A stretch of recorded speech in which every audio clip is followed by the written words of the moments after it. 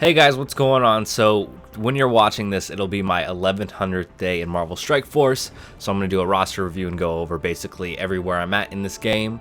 But before we do that, let's go over, or let me tell you how much I've spent in this game. So I've spent a total of $121.87. I've spent a total of $121.87, and that is about 11 cents per day. In the per 100 days, that's 1109. This year alone in 2021, I've spent $72 of that 121. So prior to that, I would consider myself very, very light spending. What I buy mostly is just the battle pass, not the strike pass, the battle pass, and then I might occasionally buy power cores when it comes to a legendary event, just to get the characters I need to unlock that character. But yeah, so I'm 1100 days in, again with $122 basically spent. So I used to consider myself free to play. I really don't now, but I will say, like, I don't buy new characters right when they come out, so I kind of understand where free to play people come from when it comes to unlocking characters. But even then, in blitzes I get I think it's the 1 to 2% where I'm getting 100 shards when a new character comes out. And then typically for those campaign events, I get them to about 4 stars as well. But yeah, that is how much I spent and kind of where I'm at. So let's look at all this stuff that's going on. So I'm covering my PID, which is perfectly fine. So my total collection power is 10.6 million. Strongest team power is 708,435. I have 5 war MVPs. I have a total of 161 characters collected. I have 125 characters at max rank. My highest all-time arena rank was 3. My latest arena rank was 61. And Blitz is not really that important. So yeah, that's where I'm at. I want to know, also, I want you guys to comment this as well, because I actually am curious into this, but what team do you guys have the most T4s in? Mine is currently Black Order, and I have 15 invested into them. Now, 15 is not required for that team, but, Thanos isn't here because he doesn't actually have the Black Order tag, but he has all 4. Proxima has all 4 for me. Ebony Maw has 3, Corvus has 2, and then Cole has 2, or has 1 or 2 as well. So yeah, that equals a total of 15. I'm pretty sure, if I did that math right. But yeah, I want to know what teams you guys have the most T4s. The next step is probably Symbiotes, and then I believe, honestly, it might be Shadowland, just because they require a lot of T4s. But yeah, so let's go over my arena, and because I have all those T4s invested in them, I actually don't run them on offense. I have a video showing how good this team is running an arena, but my defense is Black Order. Black Order is honestly going out the door. Like, its Uber is here to pick it up, but yeah, I don't know. I'm excited to see where the meta goes and stuff. Basically, I do end up checking pretty much, not daily, but I like to come in and see what the top arena people are using, and essentially to help guide myself for when eventually Black Order is stopped. So this seems like the team to go. Silver Surfer, Doctor Doom, and Doc Ock. And then these two I think can change depending on what you want to use. But yeah, that's what I'm checking and what my building is for the arena in the future. I don't have Silver Surfer unlocked. I don't have Doctor Doom unlocked. That's basically who I want to be going for next. Like I said, I am buying the real-time arena battle pass, but I think this month I might buy the strike pass, because that actually did just come out. I do want to unlock Silver Surfer and kind of start to rank him up. I am excited about him, so I definitely think it's worth it, and I do like all the gold in this. I want to double check and see essentially what this whole battle pass costs, because it is another $20. But if I buy this, I'm not going to be buying the real-time arena battle pass, so I do kind of want to keep my spending a little bit low. So let's go over my blitz teams. I essentially just blitz my war teams, and I am going to start changing up my war teams in general to go for more hybrid.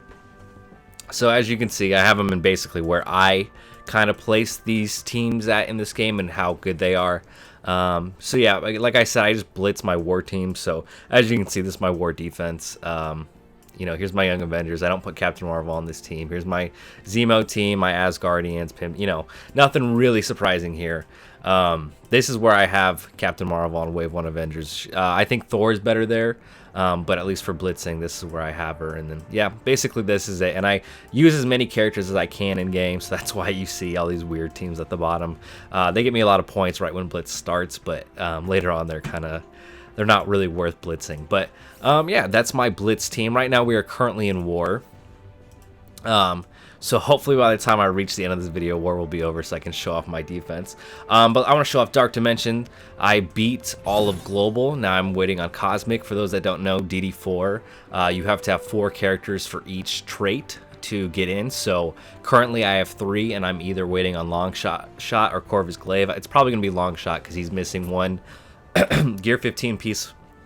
And then he just needs some Gravitonium, and then I can get into Cosmic. And then I have nothing really built up for Legendary, but City I'm kind of really close as well because I'm using Ghost Rider, Carnage, Symbiote, Spider-Man, and I'm building up Scream, and I have a lot of bio gear. Currently, my farm right now, I'm almost done farming all the campaign nodes. Not almost done, but I'm getting close. Essentially up here is who all I'm farming, but minus Scream. I'm just kind of trying to level her up. But as you can see, Yellow Jacket and Stature, because I want them for the Jubilee event, Negasonic, so I can get Doc Ock to 7 stars. Beast, he was just recently farmable. And then Squirrel Girl, if I just get one more shard, I'm going to get 100 character shards for her in the blitz that's going on right now. So once I get her done, once I get actually one more shard, then I know I can be done with her. And then Taskmaster, Red Skull, and Merc Sniper. So not a lot of time left, but I will be able to start saving Power Cores, so hopefully I can start using Power Cores for more campaign events. I really don't think... I will say, like, I think I benefited with Yellow Jacket from spending, but I really just think a lot of how I narrowed down my my campaign farming was just basically time. You know, it took 1,100 days, but I'm essentially almost done with it. Of course, they're going to release new characters for campaign farms, but that's fine as well. But I'm just glad that I'm almost done kind of with what I can do. So yeah, currently working on, I just, Scream is basically my last city character that I'm going to be building up right now. Then I'm going to be moving on to legendaries. So that entails, Doc Ock, Phoenix, Black Bolt, and Ebony Maw. That will be my legendary. Like I said, Longshot is probably going to be my next cosmic character because as you can see, he's 2 pieces away. Let's go over my gear 15s right now. Alright, so my Gear 15, starting with Thanos, I didn't unheart all these, but my Gear 15, we have Thanos, Proxima, Mr. Sinister, Emma Frost, Symbiote Spider-Man, Carnage, Ghost, Baron Zemo, Ghost Rider, and Minerva. And then Ebony Maw is Gear 14. So yeah, I don't really have a lot. Once I finish up Dark Dimensions 4 and getting those 5th characters for those nodes, I'm going to be working on Doom Raid, and then after Doom Raid, maybe we'll have a chance to work on Alliance War, but first I gotta work on Silver Surfer and Doctor Doom as well. As you can see, I don't have them unlocked. I actually got a 4 red Silver Surfer, so I am tempted to buy that Strike Pass. Like I said, I do want to look and see if it's really worth it, and I haven't done that just quite yet. But yeah, that does it for my roster and kind of what I'm working on, who I'm farming and all that stuff. I have 34 seconds, and then we're going to go over my Alliance War defense and who I use on Alliance War offense. Alright, so here we have my Alliance War defense, and it's probably going to be changed around by the time my 1200 days in roster review happens. But essentially, I'm going to start moving more towards hybrid teams because this just isn't cutting it. Like, it is what it is, but I can now start making the transition to be using hybrid teams, so I don't think anything here is really too surprising to have on defense. I think Thor is definitely better in that Captain Marvel spot, but I think this is pretty standard for people who don't have such high rosters that they can be building for hybrid teams and stuff. So essentially the war offenses that I use the most are Black Order, Brotherhood, X-Force, Uncanny X-Men, Astonishing X-Men. Let's see who else. We lost our war. We got our butts spanked. But let's see, who else do I use? I will use Inhumans, but that will probably change once I put...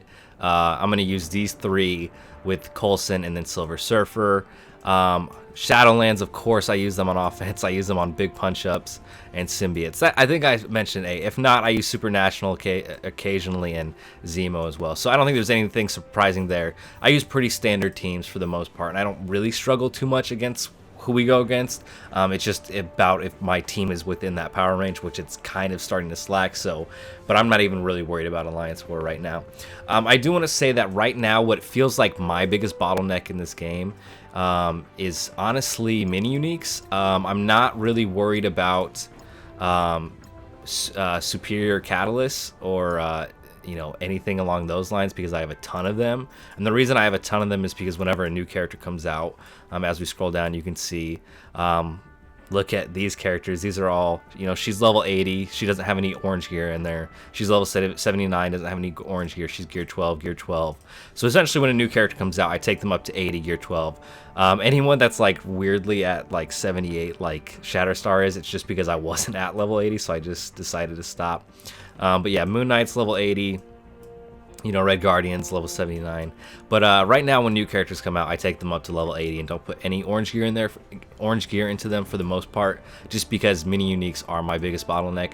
Gold's kind of a bottleneck, but it's not super restricting. And then I have a ton of these training modules, so I'm not really worried about it. And I have training orbs as well. And I think the best way to kind of get training modules, if you're in a deficit of them, is obviously you want to be able to do training day, and then make sure in real-time arena, I know it sucks to do, but make sure you beat your objectives, because there is a ton of training modules. Not a ton, but over time there is a ton of training modules that you can get for it. But that's gonna do it for this video. Again, I want to know what team you have the most T4s in. I want to know you know, how you're doing. Is your alliance doing well? Oh, I do want to touch on my alliance. We did 30% Doom Raid. Our alliance isn't a super heavy spending alliance. There are people that spend a lot, but it's not required in our alliance.